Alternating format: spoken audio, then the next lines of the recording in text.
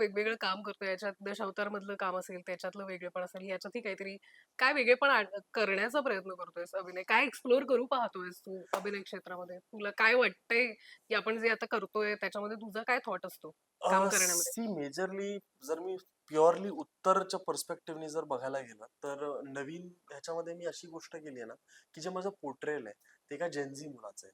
तो हं, त्या वयोगटातला मुलगा आहे.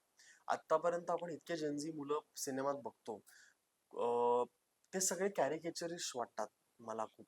त्यांना एक साच्यात बसवलं जातं. त्यांना सतत यू, योलो, हॅशटॅग एवढंच बोलतात, ते व्लॉगिंगच करतात फक्त सगळीकडे जाऊ हं, देते. सो त्यांचं रिअलिस्टिक आणि ग्राउंडेड पोर्ट्रेल कुठे आपल्याला बघायला मिळत नाही.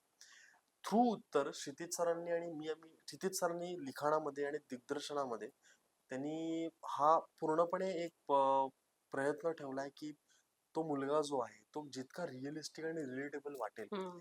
जितका शार्प वाटेल, जितका टोकदार वाटेल, त्याची पूर्णपणे त्यांनी काळजी घेतलेली आहे. आणि मी माझ्या परफॉर्मन्स मधनं सो एक या पिढीला त्यांचं एक रेप्रेझेंटेशन देण्याची हं.